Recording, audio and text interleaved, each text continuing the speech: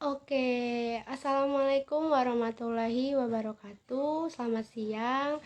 Halo Saintis Muda, jumpa kembali dengan saya Arvita Wulan dalam program bulanan dari Departemen IND SSC FMIPA UNES, yaitu kegiatan talk show live Instagram yang bakalan nemenin libur akhir pekan kalian atau libur akhir semester kalian selama beberapa menit ke depan nih.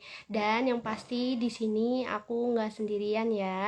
Di sini aku bakalan ditemenin sama narasumber kita yang keren dan kece abis dan super menginspirasi tentunya nih.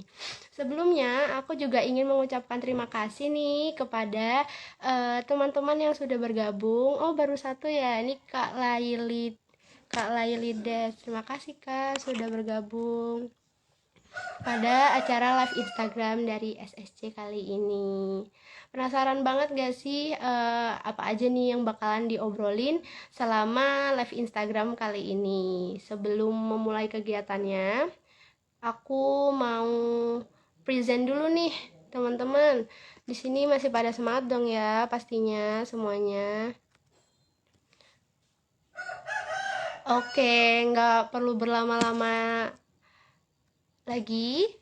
Aku mau undang dulu aja kali ya pembicara kita nih, karena beliau ternyata sudah gabung nih guys di ruang live Instagram kita kali ini. Sebentar ya teman-teman.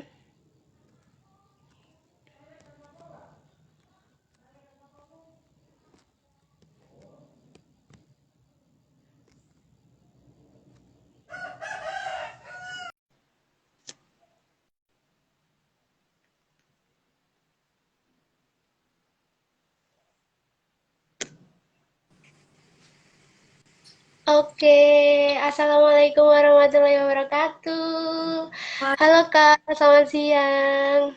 selamat siang. Mana kabarnya? Alhamdulillah, saya baik nih Kak.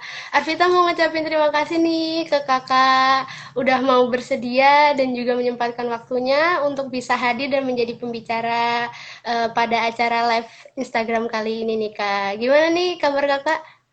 Alhamdulillah ya, baik. Meskipun kurang tidur ya, tetapi harus tetap semangat. Oke, keren banget nih ya teman-teman. Oke, sebelum masuk ke pembahasan pertama, kalau boleh tahu nih Kak, kesibukan Kakak akhir-akhir ini apa nih Kak? Oke, jadi kesibukan saya akhir-akhir ini karena baru saja lulus ya. Saya baru saja yudisium dari Departemen Teknik Kimia, Fakultas Teknik Universitas Diponegoro. Jadi sekarang masih apply-apply untuk kerja dan juga masih preparation untuk IELTS untuk melanjutkan mengambil master degree gitu. Wah, keren banget ya teman-teman narasumber kita pada hari ini. Oke nih, sebelum masuk ke pembahasan utama, teman-teman juga pengen kenalan dulu nih Kak sama Kakak. Boleh mungkin dari Kakak dipersilahkan untuk memperkenalkan diri kepada teman-teman yang sedang menonton live Instagram ini dengan menyebutkan nama lengkap, kemudian jurusan, angkatan, instansi, dan honorable atau achievement yang sedang Kakak sandang saat ini nih Kak. Oke, semuanya teman-teman selamat pagi. Di SSC dari UNES ini. Saya apresiasi sekali ya meskipun ini hari libur, tetapi teman-teman SSC mau gitu ya meluangkan waktunya untuk live Instagram bersama dengan saya untuk berbagi tips inspiratif. Nah, perkenalkan semuanya, nama saya Afriza Nimatu Saada, biasanya dipanggil Afriza. Saya adalah sarjana teknik kimia dari Universitas Diponegoro lulus tahun 2022. Saya masuk di Universitas Diponegoro pada tahun 2018. Kemudian beberapa achievements yang saya peroleh selama saya studi di Departemen Teknik Kimia diantaranya peringkat 5 mahasiswa berprestasi nasional tahun 2021, kemudian medali emas untuk poster kategori di BIMNAS 34, kemudian medali perunggu untuk presentasi kategori di BIMNAS 34, kemudian saya juga telah menerbitkan beberapa jurnal yang terindeks Scopus di kuartil 1, kuartil 2, ataupun kuartil 3. Kemudian beberapa achievement lainnya yang gak bisa saya sebutin satu persatu. Wah, keren banget ya teman-teman. Ternyata narasumber kita pada siang hari ini kita jadi makin tahu nih siapa narasumber kita sekarang. Oke, kira-kira nih Kak, kalau boleh tahu Kakak biasanya dipanggil siapa nih Kak? Lebih nyaman dipanggil siapa nih? Mungkin biar lebih enjoy juga ngobrolnya. Ya, saya lebih nyaman dipanggilnya Kak. Oke Kak, siap. Oh ya teman-teman, mau ngingetin lagi nih, sesuai dengan pamflet yang disebarkan melalui media sosial, siang hari ini kita bakal ngobrol-ngobrol inspiratif atau ngobrol-ngobrol santai bareng Kak Afriza dengan tema tetap produktif dan inspiratif nih. Nah, bagi teman-teman yang mungkin udah ada pertanyaan-pertanyaan nih tentang Kak Afriza, boleh banget langsung menuliskannya pada kolom komentar atau mungkin juga pada kolom pertanyaan yang sudah tersedia ya teman-teman. Untuk mempersingkat waktu yang ada nih, kita bakal masuk ke pembahasan utama kita nih pada siang hari ini. Oke, dipersilahkan nih kepada Kak Afriza untuk sharing pengalaman dan suka dukanya selama kuliah. Kemudian saya melihat di media sosial kakak itu kan kakak juga mengikuti organisasi, kemudian mengikuti beberapa lomba seperti PIMNAS. Nah, kemudian bisa menjadi top 5 Mawapres Nasional 2021 itu bagaimana? Boleh diceritakan, Kak? Perjalanannya ya. Boleh, Kak. Oke, sebetulnya perjalanannya panjang banget gitu ya. Di tahun 2018 saya tuh nggak sengaja masuk di Departemen Teknik Kimia gitu karena cita-cita saya awalnya memang masuk di jurusan lain gitu ya, di universitas lain gitu. Tetapi takdir dari Tuhan ya meminta saya untuk masuk di Departemen Teknik Kimia gitu. Kemudian di semester 1 sama halnya seperti maba lainnya ya, saya struggling a lot, saya adaptasi diri gitu. Di semester 1 itu penuh drama sekali ya, mulai dari drama nggak betah gitu ya di Undip, drama drama perkuliahan gitu ya, banyaknya praktikum, kemudian di semester 1 juga saya sudah aktif di organisasi dan ditunjuk untuk menjadi bendahara himpunan gitu. Yang mana itu juga mendatangkan drama-drama organisasi gitu ya. Pertikaian-pertikaian organisasi dan lain sebagainya. Tetapi dari semester 1 itu saya belajar banyak gitu ya, gimana cara kita untuk bisa survive di lingkungan yang baru, kemudian menciptakan goals-goals yang baru dan move on dari goals yang lama gitu. Nah, kadang-kala kan mahasiswa zaman sekarang itu masih merasa bahwa mereka salah jurusan gitu kan. Tapi memang faktanya 80% mahasiswa yang ada di Indonesia itu merasa salah jurusan. Mereka merasa bahwa jurusan yang mereka masuki saat ini tidak sesuai dengan passions mereka. Padahal menurut saya sendiri ya, mahasiswa yang salah jurusan bukan berarti mereka nggak akan sukses di kehidupan perkuliahan selanjutnya gitu. Tetapi kita bisa memperjuangkan itu untuk bisa menjadi sukses gitu. Nah, singkat cerita, di semester 1 saya mulai melahirkan goals-goals baru, mulai menciptakan target-target baru, dan akhirnya menginjak semester 2, semester 3, mulai ikut kompetisi, mulai ikut riset dengan dosen, mulai ikut banyak organisasi lainnya gitu, dan ya itu sampai detik ini gitu ya, sampai saya lulus akhirnya bisa menjadi peringkat 5 mahasiswa berprestasi nasional, bisa dapat medali emas dan medali perak di Timnas 34 gitu.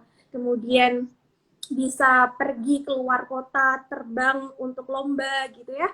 Yang mana pengalaman-pengalaman tersebut nggak akan bisa kita dapatkan kalau kita hanya menjadi mahasiswa kupu-kupu atau kuliah pulang gitu ya, atau kura-kura kuliah rapat gitu ya. Itu nggak akan bisa kalau kita menjadi mahasiswa yang seperti itu mendapatkan pengalaman yang lebih gitu sih singkat ceritanya.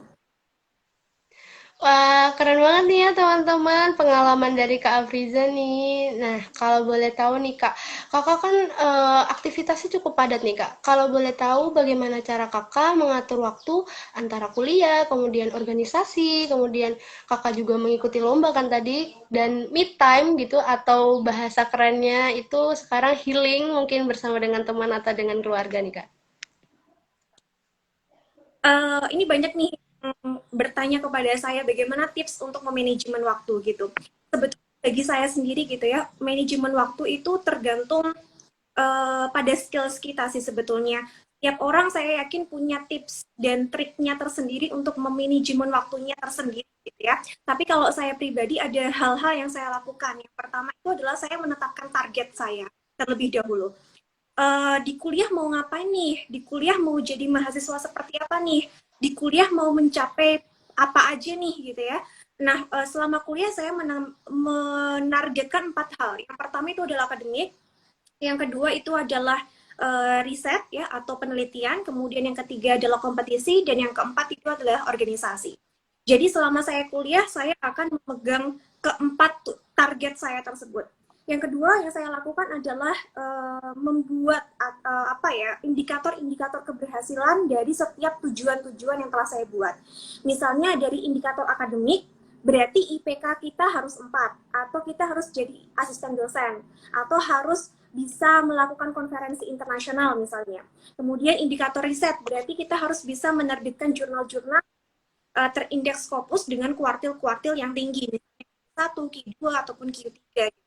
Kemudian indikator untuk organisasi berarti artinya kita bisa menduduki jabatan-jabatan fungsional di organisasi-organisasi di kampus. Kemudian indikator keberhasilan dari kompetisi, misalnya kita bisa mendapatkan beberapa rewards selama kita studi di kuliah kita masing-masing. Nah, setelah menetapkan indikator keberhasilan, kemudian yang selanjutnya kita lakukan adalah membuat timetable.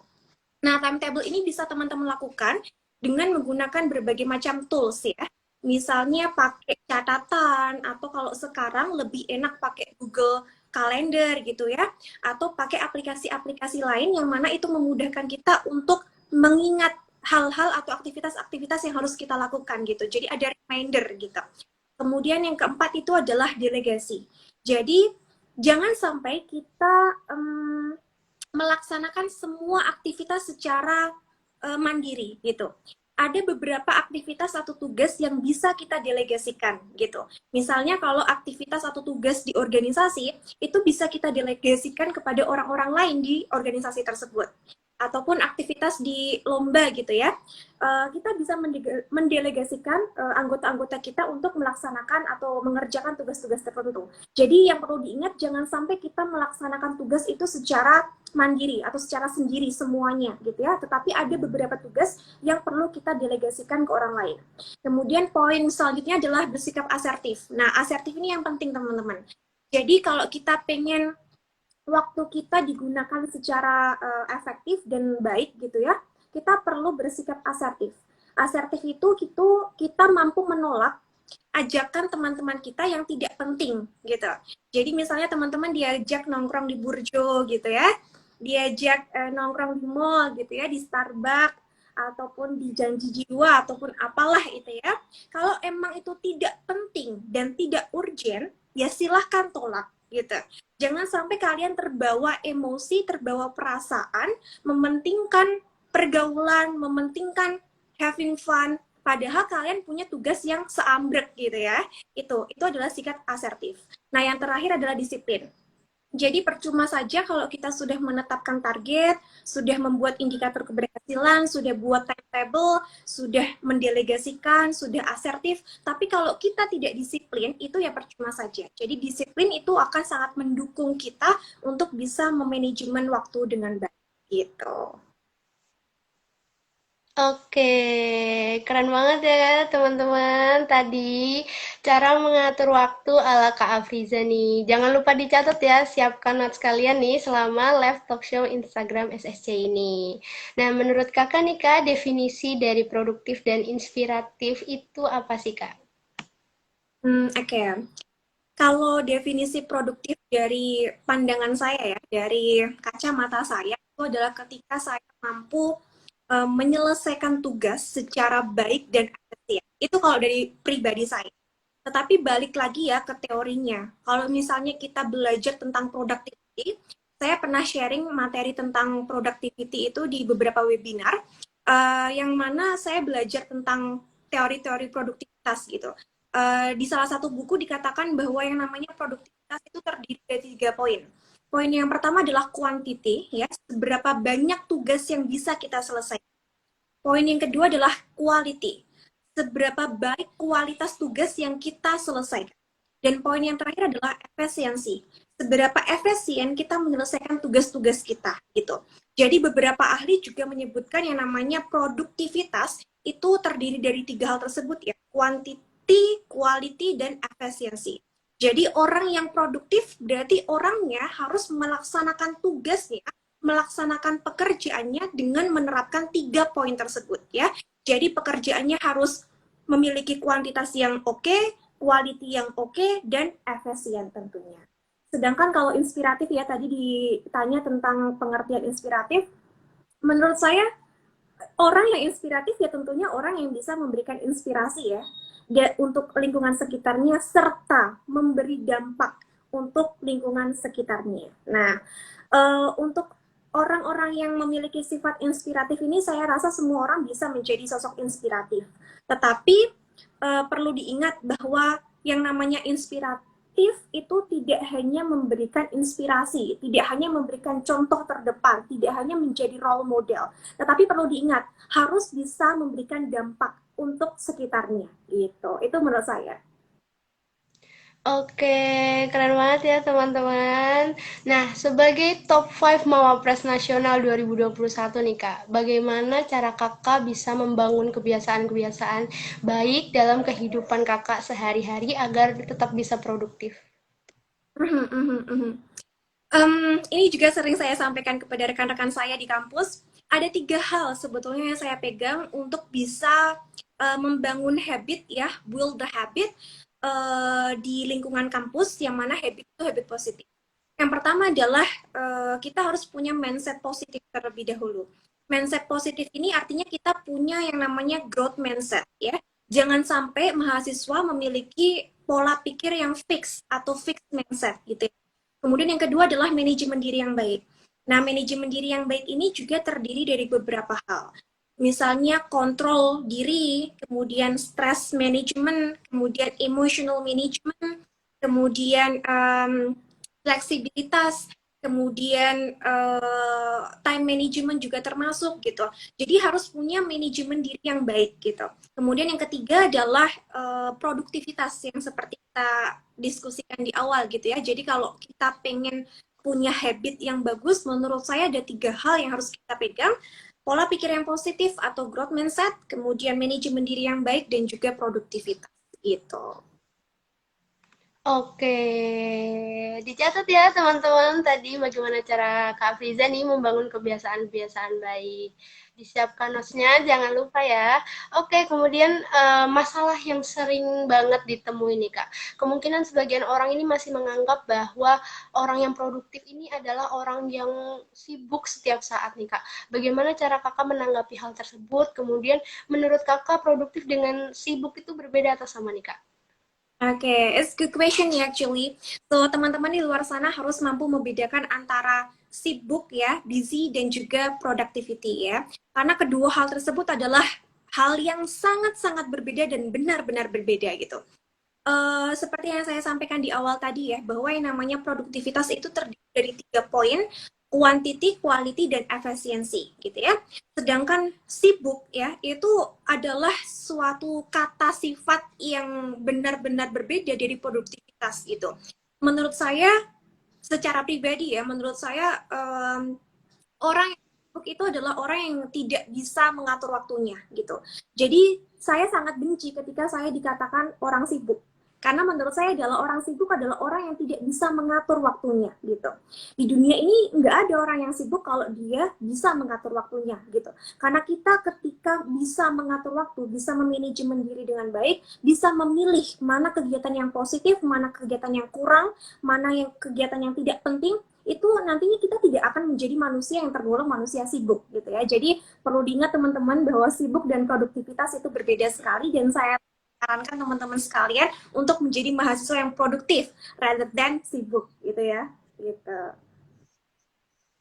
Oke, diingat ya teman-teman tadi kalau sibuk dan produktif itu benar-benar berbeda nih guys. Nah, dilihat dari banyaknya prestasi yang kakak raih. Em, Boleh tahu nih kak, motivasi kakak bisa konsisten dan terus maju hingga berkembang hingga bisa menjadi seperti saat ini nih kak. Oke. Ini deep questions ya. Kalau motivasi sebetulnya adalah titik terendah atau lowest point di dalam hidup saya. Jadi di tahun 2012 saya mengalami kondisi atau fase titik terendah di dalam hidup saya. Dan sebetulnya titik terendah tersebut menimbulkan trauma mendalam kepada diri saya, sehingga kesehatan mental saya juga agak terganggu karena trauma tersebut gitu ya. Tetapi bersyukurnya saya bisa mengubah titik terendah tersebut menjadi suatu motivasi besar di dalam hidup saya yang tidak pernah saya lupakan. Jadi ketika saya misalnya males-malesan gitu ya, misalnya capek, kemudian ngeluh gitu ya, kok pekerjaan saya banyak, kok nggak selesai-selesai pekerjaan saya akan mengingat kembali titik terendah tersebut ya, di mana di tahun 2017 saya betul-betul berjuang mati-matian untuk bisa up kembali menuju puncak karir gitu ya istilahnya.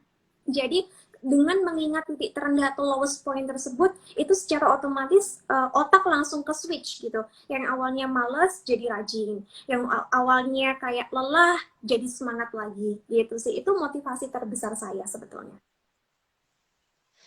Oke, keren banget ya teman-teman. Di balik sosok kakak nih yang menginspirasi teman lainnya dan juga termasuk diri saya nih kak, karena beberapa dari pengalaman kakak ini sedikit relate dengan saya. Siapa nih kak role model kakak saat ini dan seberapa besar sosok ini menginspirasi kakak? Boleh diceritakan kak? Oke, oke. Saya dari dulu tuh nggak punya ya sosok role model tuh saya benar-benar nggak punya gitu. Jadi sering orang nanyain ke saya gitu, siapa sih sebetulnya sosok inspirasi kamu, sosok panutan kamu? Nggak ada gitu sebetulnya. Karena saya bisa melangkah sejauh ini, saya bisa sampai di titik ini pun karena memang yang saya sampaikan tadi, my lowest point, titik terendah saya. Itu yang betul-betul mendorong saya, itu yang betul-betul nge-push saya untuk bisa sampai di titik ini gitu. Jadi bukan saya mengikuti orang lain atau terinspirasi orang lain tuh tidak gitu, tapi karena memang titik terendah saya tadi tersebut gitu sih. Oke, keren banget ya teman-teman. Nah, menurut kakak nih kak, seberapa jauh peran orang di lingkungan sekitar atau bisa disebut juga dengan circle circle pertemanan untuk kakak dalam melakukan hal-hal yang positif untuk bisa tetap produktif kak? Ini penting banget nih teman-teman. Ada ya banyak sekali statement ya atau kata-kata yang menyebutkan bahwa nggak baik pilih teman gitu kan. Orang tua zaman dulu kan bilangnya nggak baik pilih teman, teman itu harus semuanya, semua orang kita harus bisa bergaul gitu kan. Tetapi menurut saya ada benernya, ada salahnya gitu. Karena ketika kita belajar lebih jauh tentang produktivitas itu, yang namanya produktivitas itu dipengaruhi oleh 4 faktor. Faktor yang pertama itu adalah social, lingkungan kita bergaul gitu. Apakah lingkungan kita mendukung kita untuk produktif atau tidak? Itu benar-benar mempengaruhi kita untuk menjadi produktif. Produktivitas yang kedua dipengaruhi oleh yang namanya organization. Nah, maka dari itu teman-teman yang ada di kampus saat ini harus pandai untuk memilih organisasi yang tepat. Jangan sampai teman-teman terjerumus atau masuk di lingkungan organisasi yang dia itu toksik sifatnya. Ada nggak kak organisasi yang toksik? Ada, gitu ya. Tetapi saya tidak bisa mention gitu. Saya rasa teman-teman sudah cukup dewasa untuk menilai mana organisasi yang positif, mana organisasi yang toksik, gitu ya. Jadi lingkungan organisasi juga sangat-sangat mempengaruhi untuk kita bisa menjadi produktif. Kemudian yang ketiga itu adalah environment. Environment itu adalah lingkungan waktu kita belajar, waktu kita mengerjakan sesuatu. Misalnya lingkungan kamar, lingkungan kos, lingkungan kampus, dan lain sebagainya. Itu mempengaruhi produktivitas kita. Kemudian yang keempat, yang terakhir, yang mempengaruhi produktivitas itu adalah diri kita sendiri. Ya, ini terkait dengan motivasi. Apakah kita termotivasi atau tidak untuk menjadi produktif gitu. Jadi balik lagi ke pertanyaannya ya, apakah circle pertemanan mempengaruhi produktivitas? Jelas, of course. Dari teori pun mengatakan seperti itu bahwa produktivitas dipengaruhi oleh sosial. Yang mana sosial ini adalah cakupan pertemanan kita. Jadi kalau teman-teman pengen produktif, gitu ya, teman-teman harus memilih teman-teman yang produktif yang mana gitu ya, mereka yang harus digauli kalau teman-teman pengen produktif ya. Tetapi kalimat kita tidak boleh memilih-milih teman itu ada betulnya juga ya. Saya maksudnya orang yang pintar saya gauli, orang yang nggak pintar nggak saya gauli, ya enggak gitu ya. Saya tetap punya circle-circle tertentu gitu. Misalnya circle untuk belajar, saya circle untuk hangout saya punya sendiri gitu. Circle untuk lomba saya punya sendiri gitu. Circle Mawapres saya punya circle sendiri gitu. Jadi ada kotak-kotaknya gitu. Jadi kalau teman-teman pengen hangout ya pakai circle yang hangout. Kalau teman-teman pengen produktif ya bergaulah dengan yang produktif gitu. Oke, keren banget ya teman-teman. Kak Afriza ini ternyata relasinya cukup luas ya. Mungkin bisa dicontoh nih sama teman-teman atau mungkin juga bisa dipraktikkan secara langsung nantinya. Oke Kak, saya pengen nanya nih Kak, apa kesulitan terbesar Kak Afriza nih untuk bisa menjadi mahasiswa yang memiliki banyak prestasi hingga bisa menginspirasi banyak orang? Kesulitan terbesar itu adalah high expectation dan di seiring berjalannya waktu, seiring berjalannya masa perkuliahan saya semakin menerima banyak sekali kali ekspektasi dari orang lain.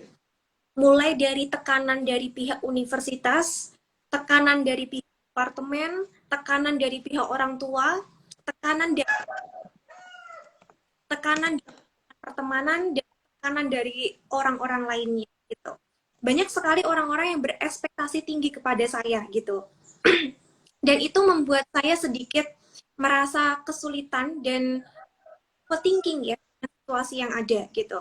Misalnya saya ambil contoh waktu saya mengikuti Pilmapres atau pemilihan mahasiswa berprestasi tahun 2021, tentunya pihak universitas Undip memberikan saya pressure yang tinggi sekali ya. Kamu harus bisa jadi ini, harus masuk ke sini, harus peringkatnya segini gitu ya. Nah, itu yang membuat saya overthinking dengan keadaan. Gimana kalau saya nanti gagal ya? Gimana kalau saya mempermalukan nama instansi saya? Gimana kalau saya nggak bisa memuaskan ekspektasi mereka? Nah, itu yang menjadi kesulitan terbesar saya.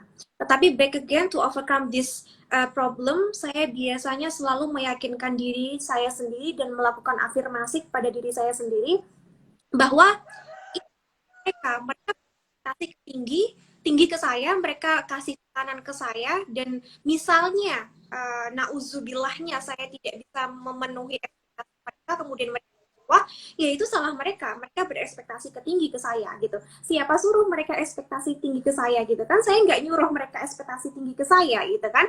Jadi saya selalu mengafirmasikan itu diri bahwa yang namanya ekspektasi dari orang lain, yang namanya pressure dari orang lain, itu sebetulnya we can to control it ya. Kita mau accept it atau kita mau reject it gitu. Jadi itu balik lagi kepada diri kita sendiri gitu. Gitu sih. Oke, keren banget ya guys. Ternyata nggak mudah loh guys untuk bisa menjadi seperti Kak Afriza ini memiliki banyak prestasi, kemudian merupakan sesosok top 5 Mawapres Nasional 2021.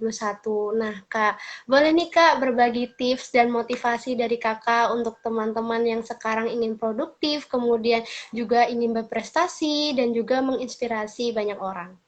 Mhm. Tips dan motivasi untuk tips yang pertama ya. Jadi kalau teman-teman pengen produktif, pengen menjadi sosok yang cukup sukses gitu ya, menjadi mahasiswa, teman-teman harus tahu tujuannya terlebih dahulu. Harus menetapkan goals-goalsnya terlebih dahulu. Selama kuliah, pengen ngapain? Selama kuliah, pengen menjadi mahasiswa seperti apa gitu ya. Seperti yang saya sampaikan di awal bahwa saya punya 4 tujuan selama saya kuliah, yaitu akademik, organisasi, penelitian, kompetisi. Dan ketika teman-teman sudah menetapkan tujuan atau goals tersebut, maka teman-teman harus konsisten dan komitmen dengan tujuan yang telah ditetapkan. Itu tipsnya ya untuk bisa jadi sukses. Tentunya untuk bisa komitmen dan juga konsisten, teman-teman harus berpegang lagi pada 3 hal yang saya sampaikan di awal tadi. Yang pertama adalah pola pikir yang positif atau growth mindset. Yang kedua adalah self management atau manajemen diri yang baik. Dan yang terakhir adalah produktivitas. Nah, untuk motivasinya, uh, sebetulnya tiap orang itu dilahirkan dengan kemampuan yang berbeda-beda, gitu ya. Saya yakin bahwa setiap orang memiliki bakatnya masing-masing. Dan di kampus atau di level university, sebetulnya kita bisa memilih mau mengembangkan skill kita yang mana.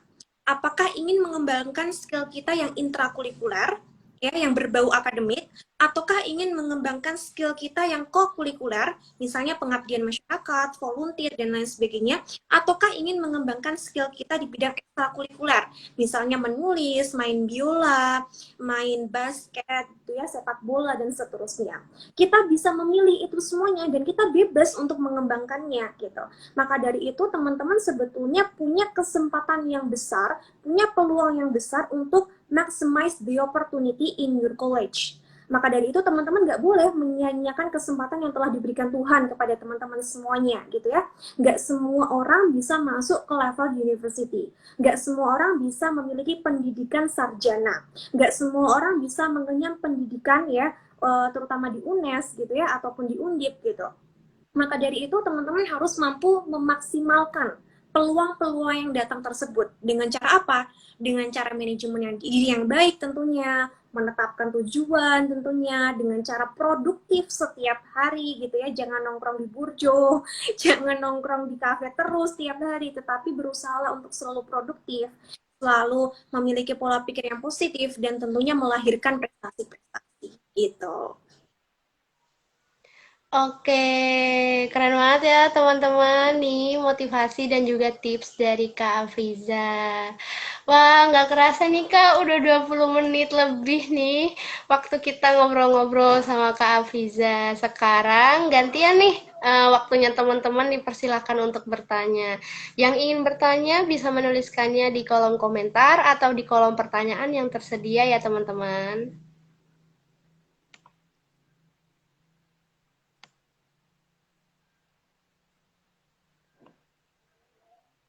Yuk teman-teman yuk, yang mungkin ingin bertanya-tanya nih, mumpung ada Kak Afrizanya langsung nih, bisa dijawab langsung sama kakaknya.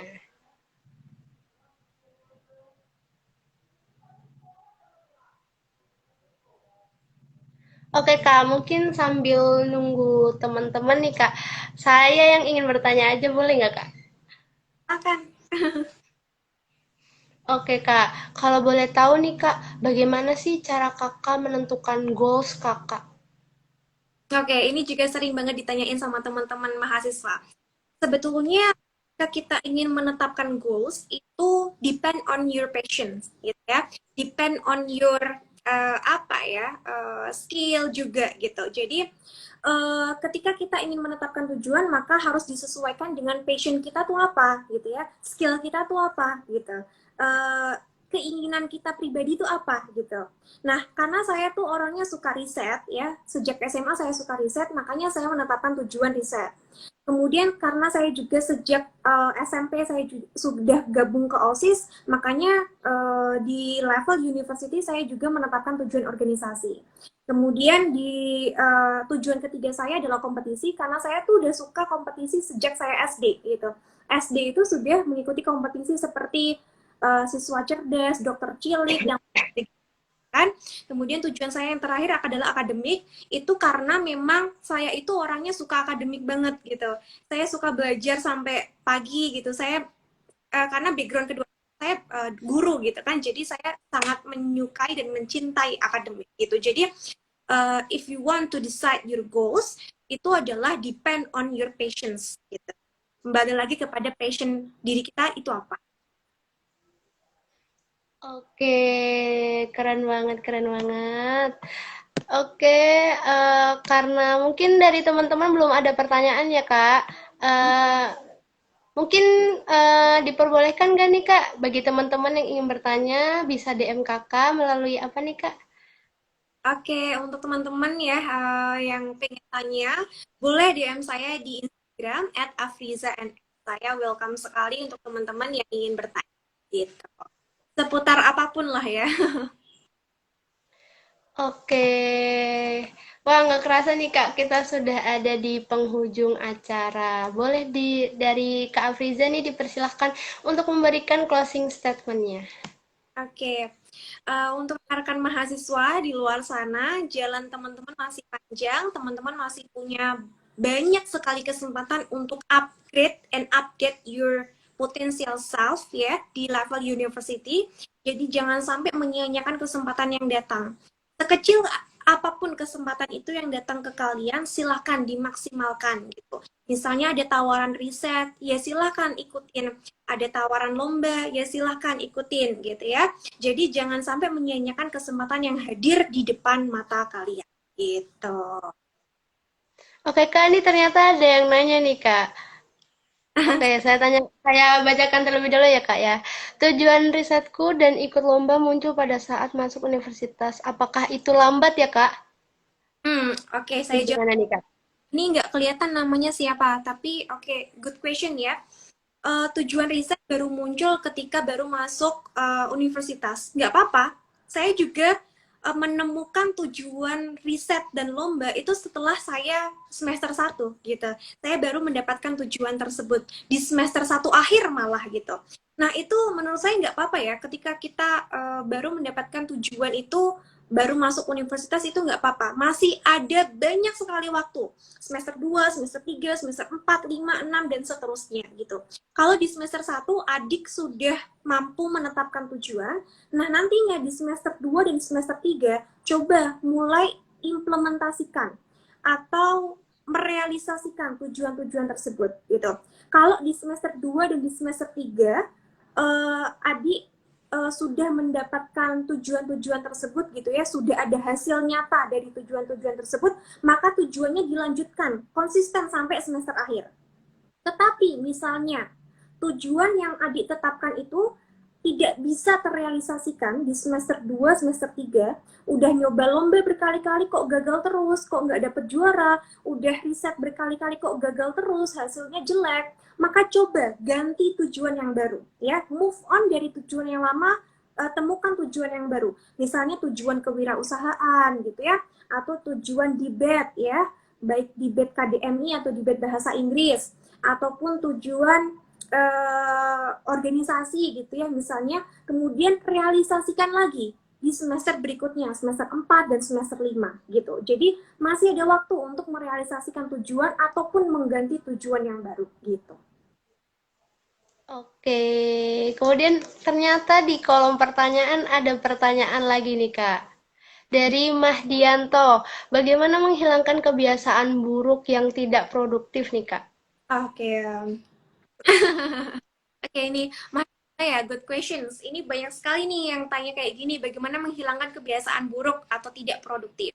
Kembali lagi ya kepada pengertian produktivitas dan faktor-faktor apa saja yang mempengaruhi produktivitas. Bisa jadi seseorang tidak produktif itu karena sosialnya, karena lingkungannya, karena organisasinya, dan karena dirinya. Jadi kita harus menganalisa, you have to analyze yourself, ya. Sebetulnya faktor apa sih yang menyebabkan saya tidak produktif?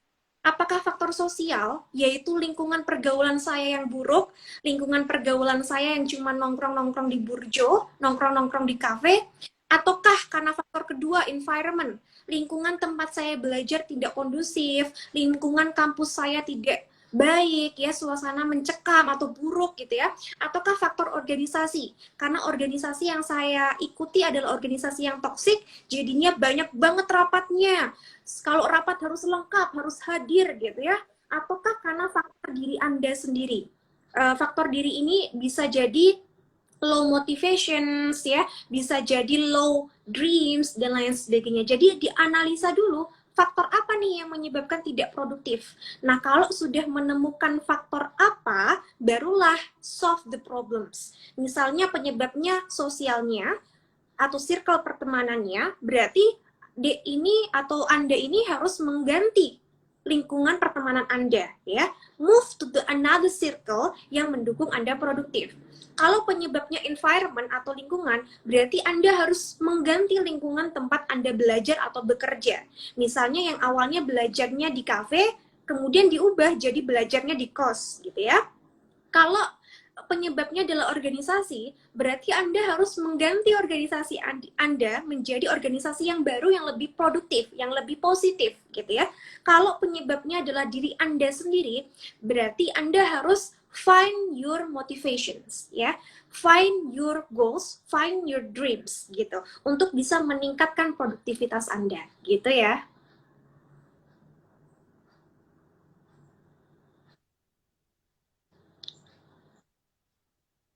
Oke, halo? Nggak kedengeran, Dek? Oh iya maaf Kak, saya mute tadi lupa saya nyalain. Oke, keren banget ya teman-teman. Mungkin bisa langsung dipraktekin nih ya Kak Mahdianto tadi terkait tips bagaimana cara menghilangkan kebiasaan buruknya agar bisa produktif lagi. Oke, saya karena waktunya terbatas nih Kak, saya mau ngucapin terima kasih sebanyak-banyaknya ke Kak Afiza sudah mau menyempatkan waktu dan sudah mau hadir untuk bisa menjadi pembicara kita pada siang hari ini. Apabila kakak memiliki kesibukan lain, boleh nih kakak meninggalkan live Instagram ini. Jika kakak ingin tetap stay, juga dipersilahkan. Iya, terima kasih banyak ya. Ini Pak sudah mau mengundang saya di live Instagram ini.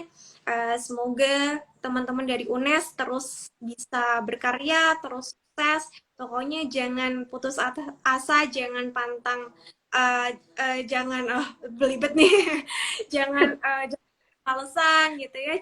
Sisa, pokoknya karena kita adalah agent of change, jadi kita harus menjadi garda terdepan untuk selalu bisa produktif dan menjadi inspirasi untuk orang lain. Pokoknya tetap semangat untuk mahasiswa di luar sana.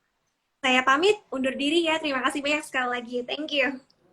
Oke, terima kasih banyak kak.